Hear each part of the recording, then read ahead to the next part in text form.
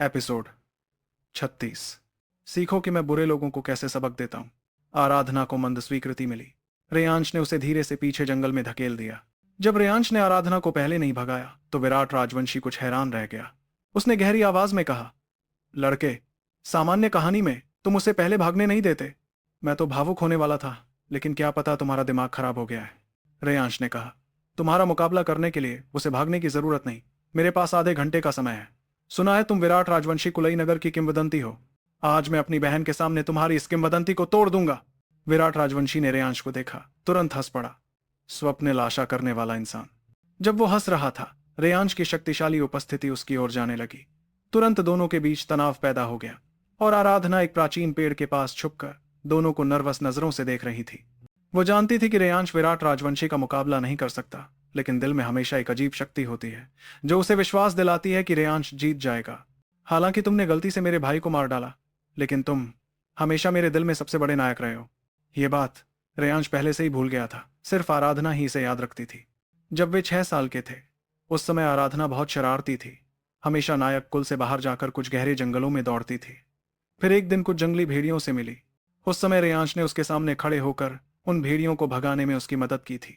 उस समय रेयांश के शरीर पर जख्म भरे हुए थे और वह आराधना सिर्फ डर गई थी। दोनों नायक कुल वापस लौटे। आराधना रोती रही। उस समय मीरा देवी ने सोचा कि रेयांश ने उसे बाहर ले गया था, इसलिए उसने रेयांश को कड़ी सजा दी।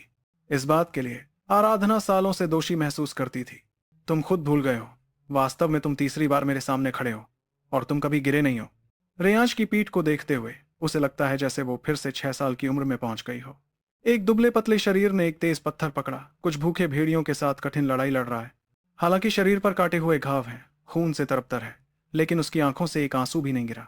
सोचते सोचते आराधना का दिल भर आया और इस समय रेयांश ने विराट राजवंशी को घूरना शुरू किया। पहले विराट राजवंशी के साथ कुछ हमलों में वह पहले से ही महसूस कर चुका था कि विराट राजवंशी वाकई भीष्म राजवंशी से कहीं ज्यादा मजबूत है। स्पष्ट रूप से वो ड्रैगन नस्क क्षेत्र 8वें स्तर के दहलीज को छू चुका है। इस समय विराट राजवंशी ने हाथ रोकते हुए रेयांश को देखते हुए हैरानी से कहा, हर कोई कहता है कि तुम ड्रैगन नस्क क्षेत्र 5वें स्तर पर हो। क्या पता तुम पहले से ही 6ठे स्तर पहुंच चुके हो। लगभग 7वां स्तर तोड़ने जा रहे हो। वाकई छुपाने की कला अच्छी है, लेकिन सिर्फ इस मात्रा से। 8वें स्तर के करीब मेरे से तुम कैसे लड़ाई लड़ोगे। रेयांश ने वाकई स्वीकार किया कि यह उसके सामने आने वाला सबसे मजबूत युद्ध है। पहले जो भूमि रक्त छिपकली राजा था, हालांकि उसके शरीर की शक्ति बहुत बड़ी थी, विराट राजवंशी से भी कई गुना ज्यादा थी, लेकिन विराट राजवंशी जितना कठिन नहीं था। विराट राजवंशी युद्ध कला में कई सालों से डूबा हुआ है। प्रतिभा भी भीष्म राजवंशी से भी बेहतर है। रेयांश को इसे हराना इतना आसान नहीं था। इस समय विराट राजवंशी ने प्यारी आराधना को एक बार और देखा। तुरंत उसके दिल में आग भड़क उठी। उसके पास रेयांश के साथ खेलने का समय नहीं था। सीधे कहा, मैं स्वीकार करता हूं कि तुम वाकई एक कठिन विरोधी हो। मेरे शरीर की लड़ाई कलाओं में नेदर के फिंगर के अलावा बाकी किसी से तुम्हारा मुकाबला नहीं कर सकता, इसलिए तुम मरने के लिए तैयार रहो। फिर नेदर के फिंगर है? रेयांश ने सिर उठाकर कहा, सुना है तुम्हारे नेदर के फिंगर की दूसरी अंगुली। नहीं पता आज मेरे पास इसे आजमाने का शौक है या नहीं। विराट राजवंशी हैरान रहा। फिर उसने हंसते हुए कहा, मैं तुम्हारी बात समझ गया। तुम आराधना के सामने शानदार तरीके से मरना चाहते हो। तुम्हारी कुछ काबिलियत देखकर मैं अनमन्ने से इस तुम्हारी मांग को पूरा करूंगा। आराधना भी रेयांश को देखकर समझ नहीं पा रही कि वो क्या करना चाहता है। नेदर के फिंगर पहली अंगुली का हमला ड्रैगन सील के जैसा है, दूसरी अंगुली का रेयांश कैसे रोक सकता है। रेयांश पर भरोसा रखकर आराधना का दिल तेजी से धड़कने लगा। आराधना को पाने के लिए तैयार होकर विराट राजवंशी के दिल में कितनी खुशी थी। उसने निडर रेयांश को ठंडी नजरों से देखते हुए धीरे धीरे अपने दाएं हाथ की मध्यम उंगली को निकाला। काले रंग का पानी तुरंत उसकी मध्यम उंगली पर तेजी से लिपटने लगा। एक शक्तिशाली उपस्थिति चारों ओर दहशत फैला रही थी। ये पानी जैसी शक्ति घूमते समय तेज आवाजें निकालती, तेजी से बढ़ती। एक पल के बाद जैसे एक विशाल भंवर का प्रकट होना। विराट राजवंशी की आंखें ठंडी पड़ी। आखिर में रेयांश को एक बार देखते हुए नेदर के फिंगर के दूसरे अंगुली को मारने की तैयारी कर रहा था, लेकिन इस समय उसे पता चला कि रेयांश तेजी से मुद्राएं बना रहा है। कुछ दिनों में ड्रैगन सील सीख गया तो मैं तुम्हें और नहीं छोड़ सकता। ये सोचते हुए विराट राजवंशी ने नेदर के फिंगर दूसरे अंगुली की पूरी शक्ति निकाली। काले भंवर अचानक बड़े हो गए। तुरंत चारों ओर तूफान फैलने लगा। पत्ते तने टूटकर बिखर गए, मिट्टी हवा में उड़ने लगी और विराट राजवंशी ने जोरदार चीख लगाई। फिर इस शक्तिशाली हमले को रेयांश की ओर बहा दिया। नेदर के फिंगर यमलॉक के 9 चक्र। इस आकर्षक और भयानक हमले का सामना करते हुए आराधना का चेहरा सफेद पड़ गया। आराधना नायक को पता था कि रेयांश को ड्रैगन सील मिले हुए मात्र 15 दिन ही हुए हैं। जब वे वॉरियर बाजार गए थे तो आराधना को लगा था कि ड्रैगन सील उसके हाथों में कुछ बर्बादी है, क्योंकि रेयांश का स्तर ड्रैगन नस्क क्षेत्र 5वां स्तर ही था। रेयांश के युद्ध कौशल की प्रतिभा को देखते हुए अगर वह अज्योर ड्रैगन सील का उपयोग करे तो आराधना इतना आश्चर्यचकित नहीं होती। लेकिन यह कि उसने तैयुस्वान ड्रैगन सील का उपयोग किया हो। नायक कुल में तैयुस्वान ड्रैगन सील का उपयोग करने वाले 3 व्यक्ति हैं। नायक कुल के पूर्वज अर्जुन नायक और मीरा देवी। रेयांश ड्रैगन नस्क क्षेत्र 6ठे स्तर पर ही होते हुए तैयुस्वान ड्रैगन सील का उपयोग कर पा रहा था, जो मीरा देवी से 2 स्तर कम है।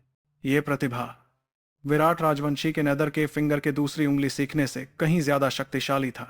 इस समय तैयुस्वान ड्रैगन सील के हमले के नीचे हालांकि विपक्ष से आने वाली प्रभावशीलता काफी अधिक थी, लेकिन विराट राजवंशी को अब भी पता नहीं था कि रेयांश ने तैयुस्वान ड्रैगन सील का उपयोग किया है।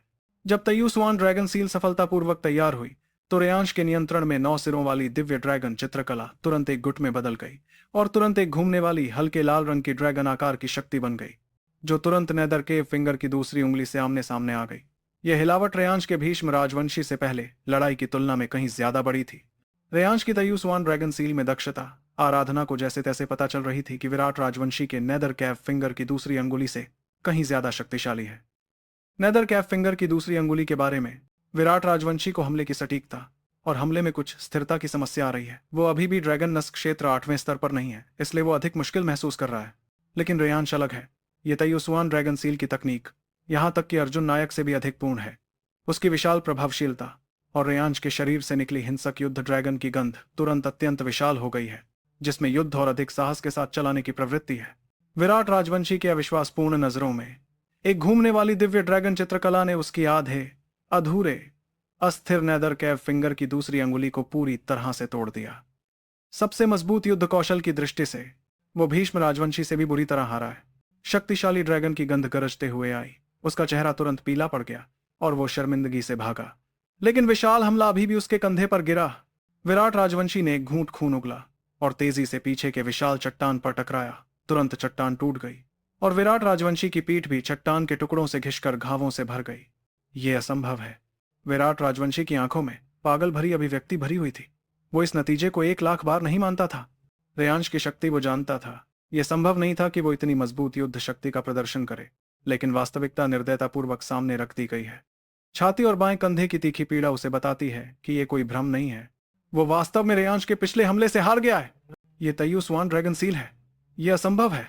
रेयांश वो स्तर और इस शक्ति में तैयुस्वान ड्रैगन सील कैसे सीख सकता है?